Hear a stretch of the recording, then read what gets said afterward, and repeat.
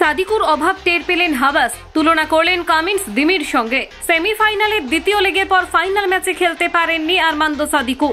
মাঠে তার অনুপস্থিতি কি পার্থক্য গড়ে দিয়েছিল দুই দলের মধ্যে?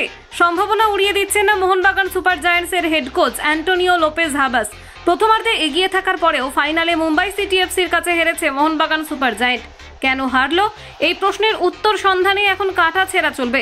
ম্যাচ পরবর্তী সাংবাদিক সম্মেলনে পরাজয়ের কারণ জানতে চাওয়া হয়েছিল হাবাসের কাছে। তখনই উঠে এসেছিল আর্মান্দো সাদিকুর কথা। সাদিকুর অনুপস্থিতি ভালোই টের পেয়েছেন বাগান কোচ। কোনো রাগঢাক না রেখে প্রশ্নের উত্তর দিয়েছেন তিনি। লোপেজ হাবাসের মতে সাদিকু এমন একজন খেলোয়াড় যে প্রতিপক্ষের ওপর চাপ বাড়ানোর ক্ষেত্রে বেশি আক্রমণাত্মক, কিন্তু এই ম্যাচে আমাদের হাতে তেমন খেলোয়াড় ছিল না। জেসন কামিন্স কিংবা দিমিত্রি পেত্রাতোসের চেয়ে আর্মান্দো বেশি আক্রমণাত্মক।